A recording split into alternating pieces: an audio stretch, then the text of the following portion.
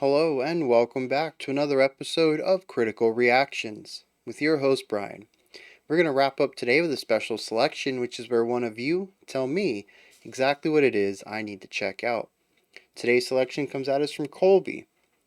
Movement 2 of Amour Attrition by Crescenzo, the lead singer and songwriter of The Deer Hunter. So this is pretty neat. I recognized the name of the composer in the spreadsheet, but I didn't have the context with that. I always read the context right here, pretty much for the first time. And I hadn't realized that this was the person from The Deer Hunter. But I couldn't place why I knew the name either. So that's it's really cool. I'm interested to get into this because this is something I've talked about in the past. Is that I've enjoyed some of the composition from the stuff that we've heard from the Deer Hunter, especially the latest albums. But there's always been something that I think they've been held back on, right? Maybe the music or the trappings of the genre or something like that.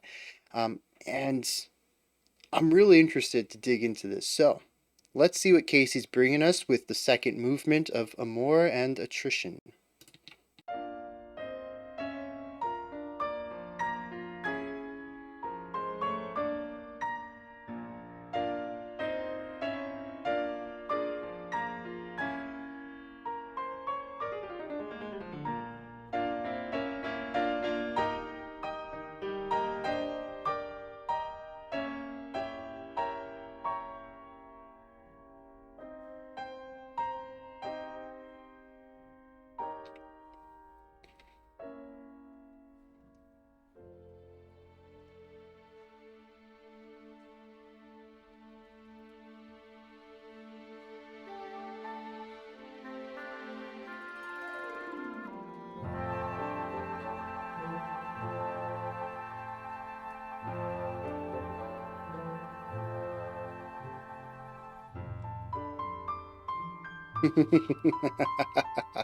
Okay.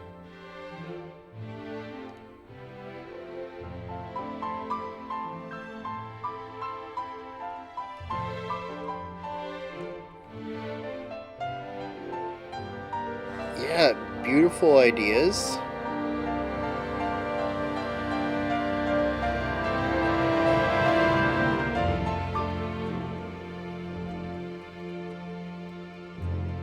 Gorgeous dynamic work.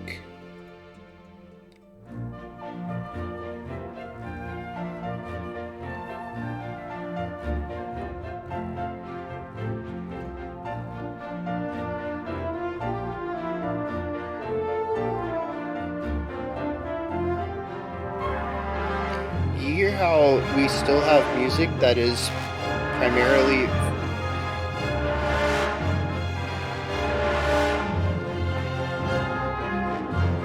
okay.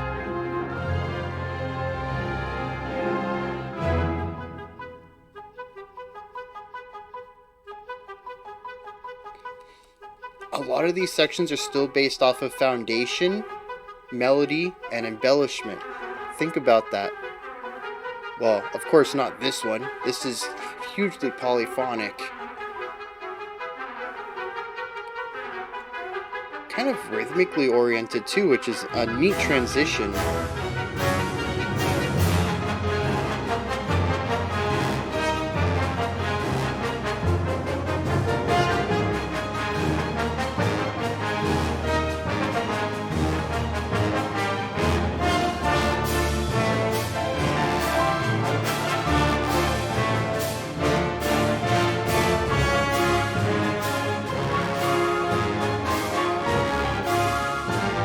Really blasting on that tuba.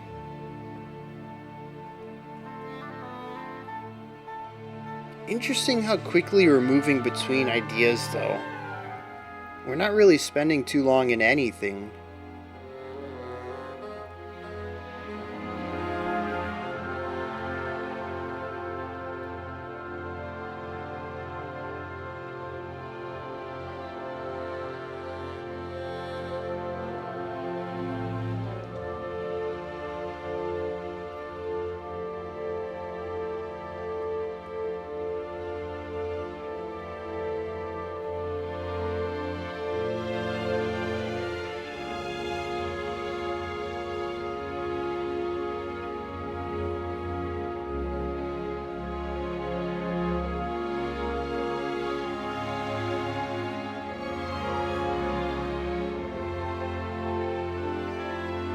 Gorgeous.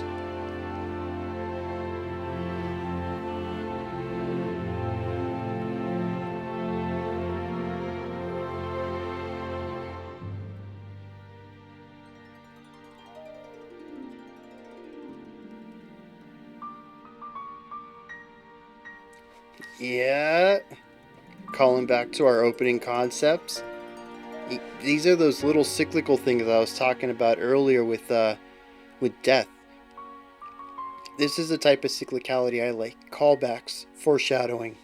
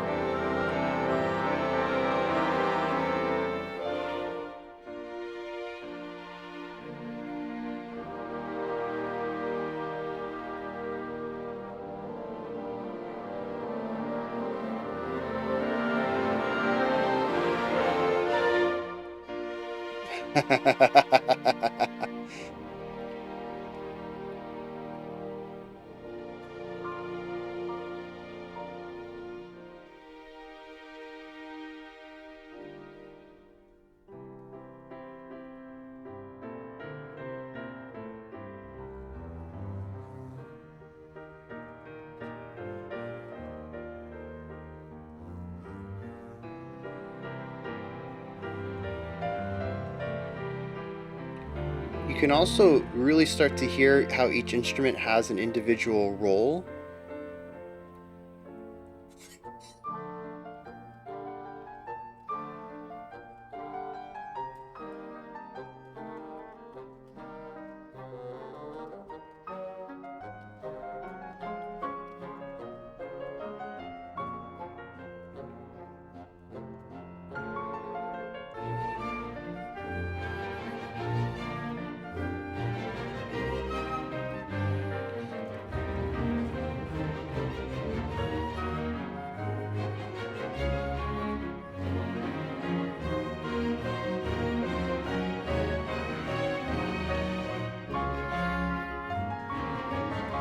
Oh, the way the piano,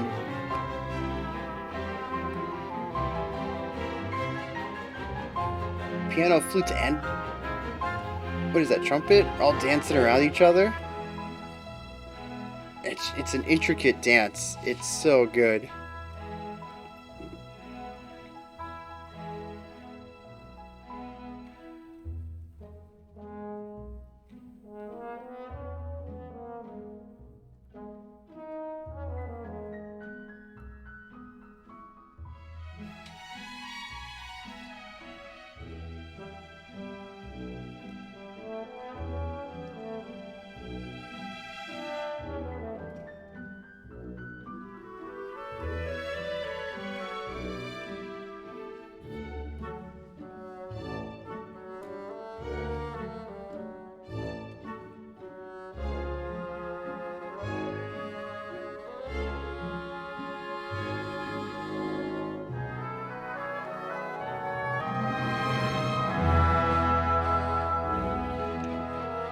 Such a great transition with that slightly dissonant chord to bring us into this.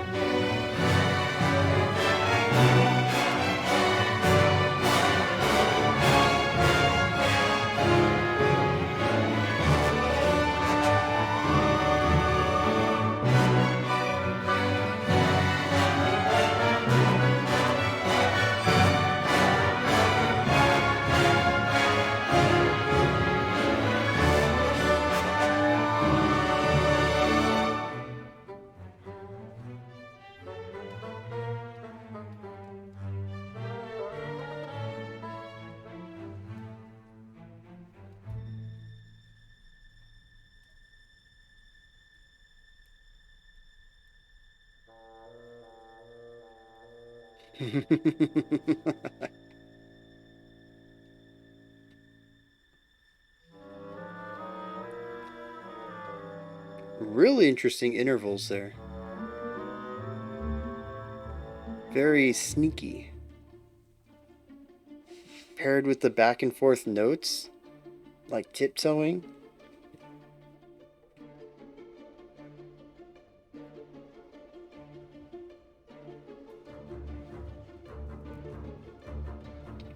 A little bit of sinisterness. Oh, yeah.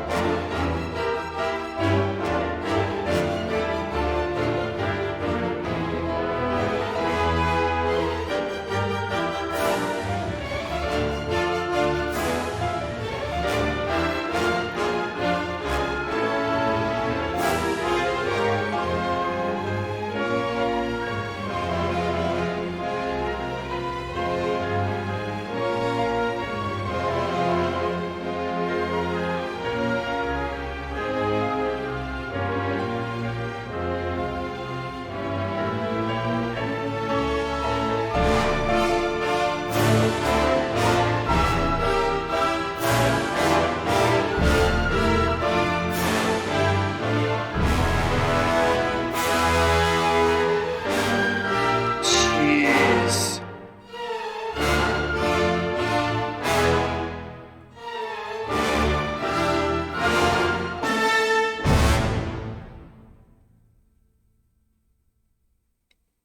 Wait. That's how it ends? What? Um, Interesting choice.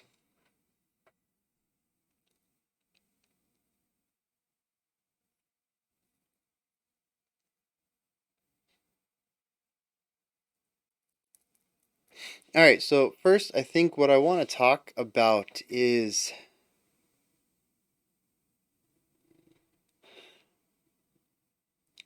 classical music. Duh, Brian, did you listen to that? Of course it's classical. But no, legit, a little bit of classical history here. Often on this channel, when we're talking about bands that combine rock or metal with classical, I bring up Baroque and Renaissance. Those two eras get brought up a lot on this channel, and there's a reason for that. We'll explore it. This is neither of those.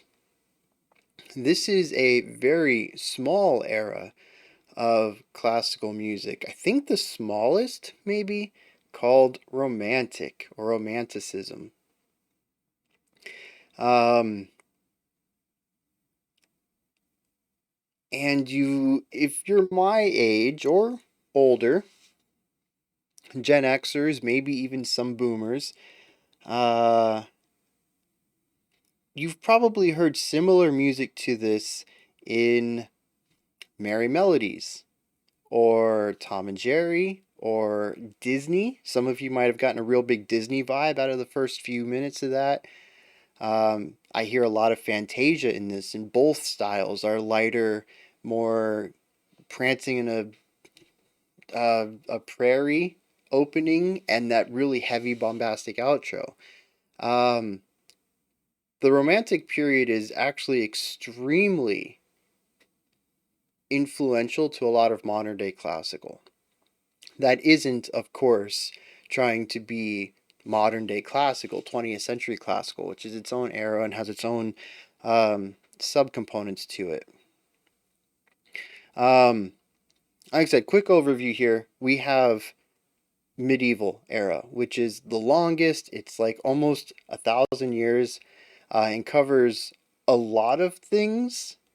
Everything from like bardic tales to Gregorian chant to like the music you would envision a jester to be doing something to in a court while a king is having a party or something, right? All of this is medieval music. It's a very large era of music that covers a few different styles. After this came Renaissance. It paired with the Renaissance movement in all aspects of art, and it was shifting from some of the stricter ideas. Like Gregorian chant had very specific sounds of what it had to be. and very specific rules for that. And bardic music had very specific rules to how it had to be crafted. Renaissance was about shifting away from that and exploring personal expression. A lot of it was still homophonic, primarily looking at one melody line at a time kind of idea. They did push a little bit more into counterpoint towards the end of the era, but a lot of it was more on a simplistic side and an exploration of the self. Then we hit the Baroque period, and this was density, right? This was about complexity. They tried to find new ways to utilize instruments to get new sounds out of instruments. We created some new styles of music. I think the sonnet, no, the sonata was created during the Baroque period, if I remember correctly. Um, and we began to explore ideas of polyphony, counterpoint, multiple melodies going off at the same time, just incredibly dense music. After Baroque, oh, and speaking of time, Renaissance was like 150 years long, I think, and Baroque was 200. And I said after Baroque comes Romantic, and after Romantic is Modern, or 20th century classical is what it's typically called. It still includes a little bit of the late 19th century, but it's pretty much everything in the last couple hundred years. Um, Romantic sits between Baroque and 20th century. It was only like 60 years long or something, 70 years long. And of course, like everything dealing with eras and history, none of this was known at the time. It's how we've classified it, looking back on it as history. But it was a very short period of time that was sort of about returning to the era of personal expression, much like the Renaissance period, while also trying to find ways of using music to express non-artistic ideas. Might be a way of saying that. Like you might see a beautiful sunset and you're like, I want to make a song that makes people feel like they're watching a beautiful sunset. I want to make a song about this. Or you hear a poem and you're like, I want to make a song about this poem. A lot of those ideas of capturing non-musical elements in music came from the not the classical era, the Renaissance era. No, not Renaissance. Romantic period. Um, so it's interesting in that we kind of went to a big extreme in Baroque, and they're like, let's back it down a little bit. We still had polyphonic ideas, but it just wasn't about raw complexity and density like the Baroque period was. We returned to a bit of just a more simplistic concept. Kind of finding a middle ground, I would say, between Renaissance and Baroque, and that's what the Romantic period was about. It was also one of the shortest, but like I said, heavily influential. You can still hear a lot of music today that is crafted based off the ideas of Romantic works. And also, it is my bread and butter. It's my home style. Um, I like working with Baroque, but if I'm just writing what comes out of my head naturally and not trying to force anything, it's usually a Romantic style. And you can hear this in, I mean, it's a bit of an older work because I've been trying to incorporate metal and electronic stuff into my style and find who I am as a composer. But I did share a work called Through the Woods, Journey Through the Woods or something, um, in a YouTube post, a community post a few months ago. And yep, 100%. It's Romantic style. It is what comes most natural to me. So this is really cool to listen to this because we just don't get a lot of this on the channel. A lot of the times when we mix genres, it tends to be either the more simplistic elements of Renaissance era coming in, or the utter complexity and depth, and oftentimes sometimes darkness too, because the Renaissance era wasn't too big on dissonance, whereas Baroque was not afraid to explore. Baroque was really about pushing boundaries, and we hear a lot of that dissonance and density in some of the more technical symphonic metal stuff out there. So this just doesn't get showcased too often in the realm of metal. So it's really cool to have this specifically on the channel right here. So what is going on in this track though? Been talking about genre for 10 minutes now. What is actually going on in here? There are quite a few ideas, and it is fairly dense. I'm not going to be able to do a masterful breakdown into every element of this off of a first listen, entirely off my cuff. That's definitely something you'd want to find a video essayist covering it to do. But there are some really neat things in here I want to talk about. First of all, is part of that simplification is instrumental roles. As I had talked about, Baroque was kind of about finding new sounds out of instruments. It's about pushing boundaries. Romantic kind of went back to the idea of each instrument does something very well. We should lean into that, and we hear that incorporated here. The the low end instruments are cello, our tuba, especially the tuba. They're there for balance and power, depending on what's needed. If it's a lighter section, they give us the balance, especially in those 3/4 sections. They give us that emphasis on one to give us that really heavy waltz feel. Boom, boom, boom, boom, boom, boom, boom, boom, boom. That's what they're there for the stability and balance of that. However, towards the end of the track, they were there for the power, especially the tubas blasting those notes out. Not really complex playing. They were there specifically for the texture of their instrument and for their sound. Just the raw power and width that they can bring to the table. Our woodwinds, flute, clarinet. I think I heard a bassoon in there. I didn't hear saxes at all, though. It's possible I missed them. There's a lot of stuff going on, but I'm thinking, like, I don't remember hearing sax at all. Brass, strings, woodwinds minus saxes. Let me know if that's true. I'll probably end up listening to all 4 of these movements on my own afterwards, but um, still, if I miss saxophones and you for sure know, like, bro, how'd you miss this? It was right here, like 2 minutes into your video.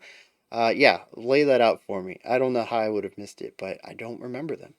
But yeah, our woodwinds, our flutes, our clarinets, they do a lot of trilling.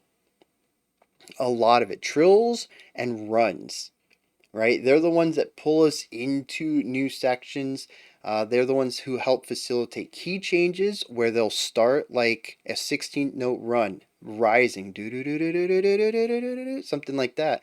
And the first half of it will be our key, our original key. And the last half of it will be the new key of the next section. And it gives us this transition. In some ways, maybe if you're more film oriented, it would be like a screen wipe where we transition from one idea to the next, and the transition happens from one scene to the next, changing from left to right. Right, that's something you see often in Star Wars. George Lucas is a huge fan of the left to right screen wipe, um, but that's kind of what it feels like. It helps us transition linearly from one idea to the other. But we also have lots of trills, which is just, it would be like a quick hammer on and pull off in guitar language, where you just go to the next note and then come off, and go to the next note, come off. Same thing for trills. You just pick 2 notes and move between them rapidly. Um, we hear a lot of that in the flute work, especially. Especially, they can just sit above everything and kind of be this fancy flurry of sound in the upper register above a melody. We hear a lot of violin work that lays down chordal ideas on the lower end and on the upper end, but also the strings tend to have more of this flowing element, right? It's about longer held out notes and moving between ideas smoothly. Lots of these really long held out slurs. Whereas our trumpets tend to be more punctual, They hit the note, they come off. Lots of staccato ideas, lots of stingers, and especially when things are getting loud, bring the trumpets in. Let's bring that power in. So every instrument pretty much has a role that doesn't change throughout the song from start to finish. The only difference might be that their role shifts from quieter sections to more bombastic sections.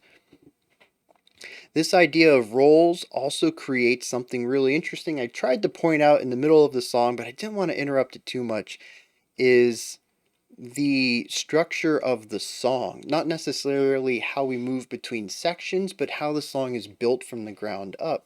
Something we talk about a lot in rock and metal is the idea of the foundation, which is going to be either root notes or chord progressions or textural ideas. If you have like chugging guitar riffs, that's going to be your foundation.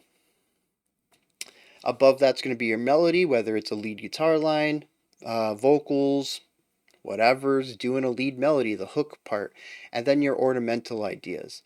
Metal doesn't always have ornamental ideas, but occasionally they do. They're the little licks, maybe only a couple of beats long, that kind of extend and sit around the core elements here, the foundation and the melody.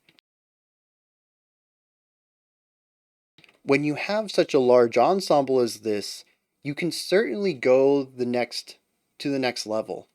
And you don't need to focus so much on these three layers. You can have multiple melodies. You can make things that don't fit into these three ideas. They are kind of generalizations, and you can work outside of those boundaries. You have so many instruments, why put them into one of three camps kind of idea. Romantic era, and especially what Casey is doing right here, leans heavy into that. Whereas Baroque was like, let's try to do as much as we can at one time. This was a return to form, sort of. And so we do have this structure. In most sections, we are going to have a foundation. Mostly chordal ideas, but occasionally just sort of that, well, like in the waltz section with our tuba. Boom, boom, boom, boom, boom, boom, boom, boom, boom, boom, boom, boom. It just sits under everything else and gives it that stability so that they can do their melodic ideas or their flourishes or their embellishments or their counterpoint. And so we have this foundational concept on the lower side. It gives us our chord progression, it gives us our pulse, and it gives us our stability to build off of. Then we have our melody. Sometimes we have one, sometimes we have two. There were a couple of points in here where we had counterpoint. I don't think we had three-way counterpoint. There was one time when I had mentioned the flutes, the violin, and the trumpets all dancing around each other. But I think the trumpets were technically embellishing. I don't think they had a linear melody like the other two did. So I think we only had two-way counterpoint at the max here.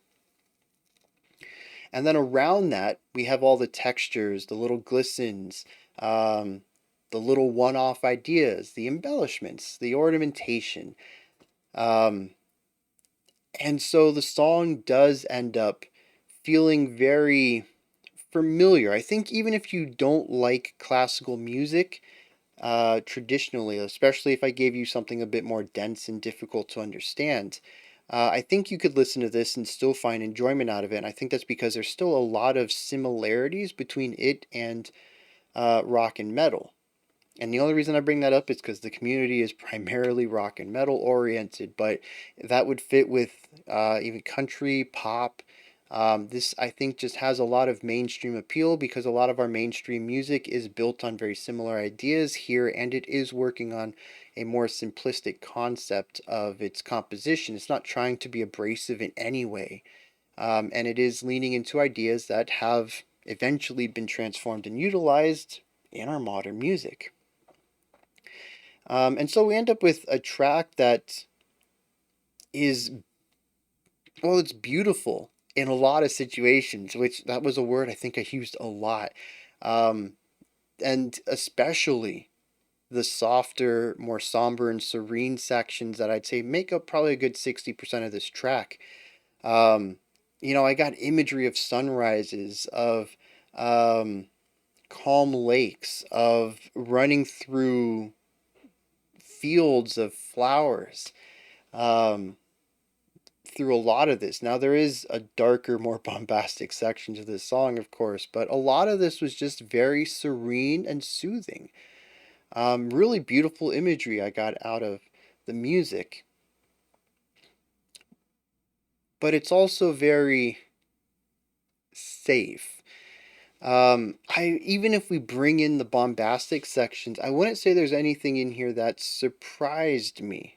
Whenever I heard a new section begin to build on itself and explore itself, or an embellishing idea come in, or a transition concept, usually I'd be like, oh, this is neat, where's it going? Ah, that's what they did. Okay. And okay was like neat. I like what you did there, but it's exactly what I was expecting.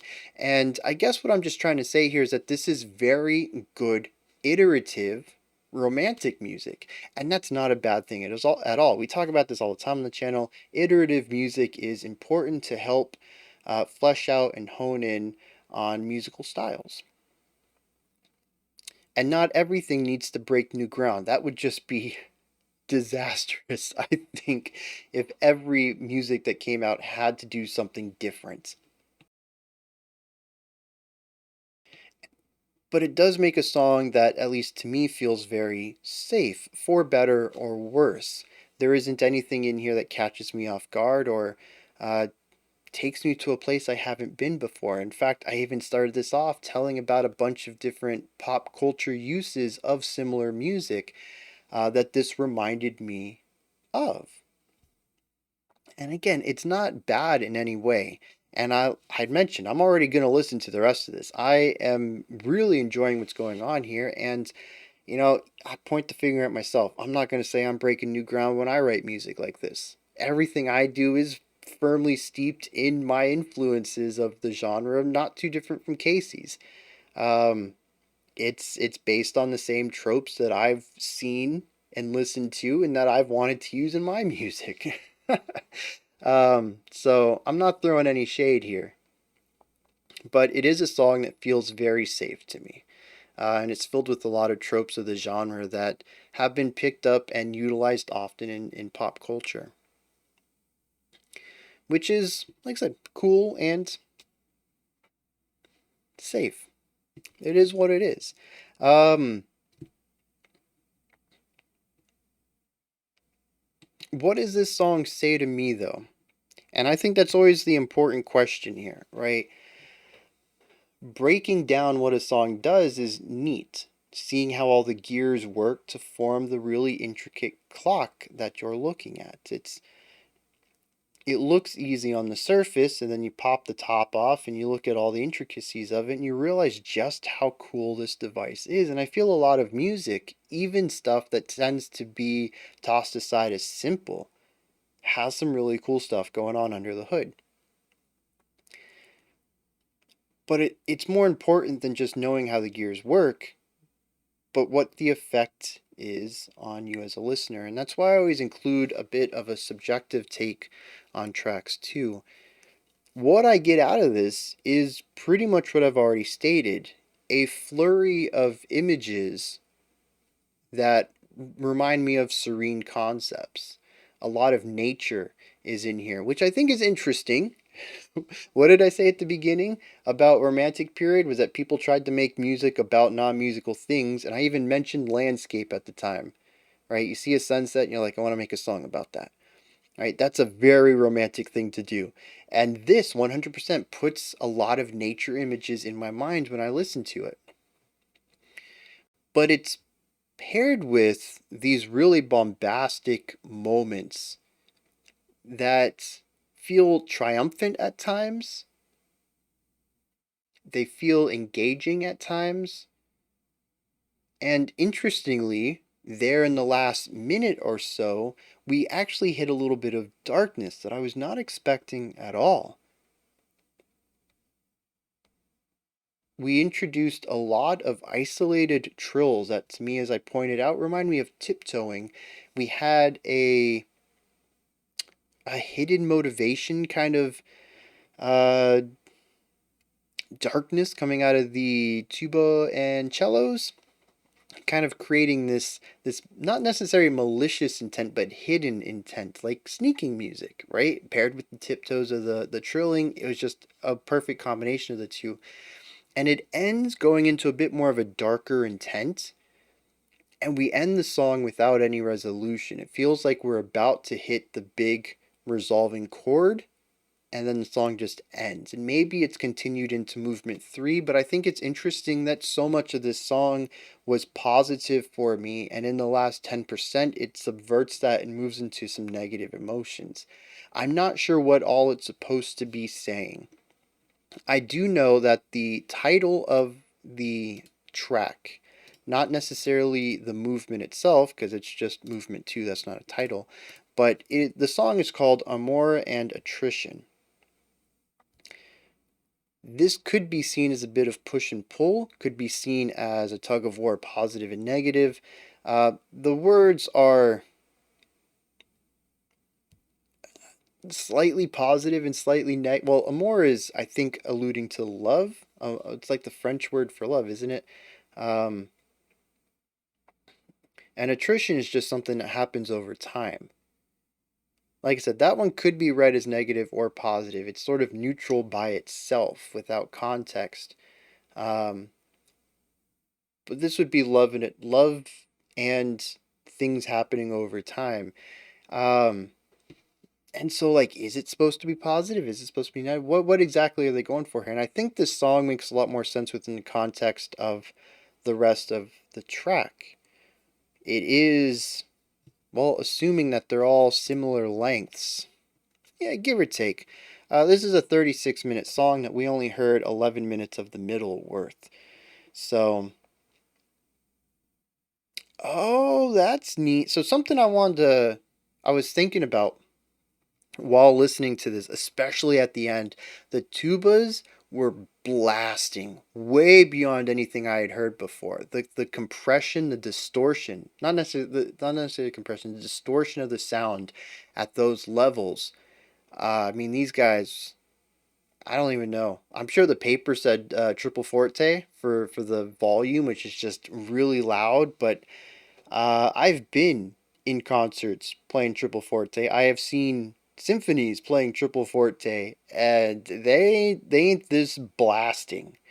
This was just a gnarly, disgusting tuba sound. It is so far beyond what would be considered beautiful. And it kind of clicked with me. I was like, I wonder if this is digital. Nothing before this point had me thinking that, but as soon as these tubas hit the sound, I was like, I wonder if this is digital, right? This doesn't sound like any tuba I've heard before, and I've heard some blasting tubas at some wild volumes, and nothing like this. But the credits: Brno Philharmonic Orchestra performed everything. Casey composed and arranged and mixed it, and they had Don Grossinger doing the mastering. From what that sounds like, there's no digital instruments in here at all, which, like I said, most of it I had no question. It sounds very human played. But those tubas, and that just like, that makes me think like, dang, these tubas, man. Just the air pressure, the volume, the control. Yeah, man, that's just bonkers. I'm really glad I got a chance to check this out. Um, because I still need to check out the Deer Hunter, and I think in passing I heard that Casey did stuff outside of it, but I haven't looked into it. And I've definitely never heard Amour and Attrition as a title before. It's not anything that I'm remembering, at least. I have a lot of songs and albums and bands pass my way. I'm not going to remember it all, but some stuff does stick out to me. But I need to check this out. The whole thing. Like I said, I'm probably just going to dive right into it right now. I'm going to click this, end it, make a thumbnail, get it ready to go, and then check the rest of it out, cuz this was just, it was gorgeous. So those are my thoughts on Casey Crescenzo's Amour and Attrition Movement Number 2. What did you think? Did you enjoy it? Was there anything that stood out to you, or maybe you have thoughts on what I said, or things you want to correct me on? I'm human, I make mistakes. I'm sure there's some things I said that were wrong. Sometimes that happens. Let me know. Put that stuff down in the comments. Above the comment section is a description box. In there is a link for Linktree.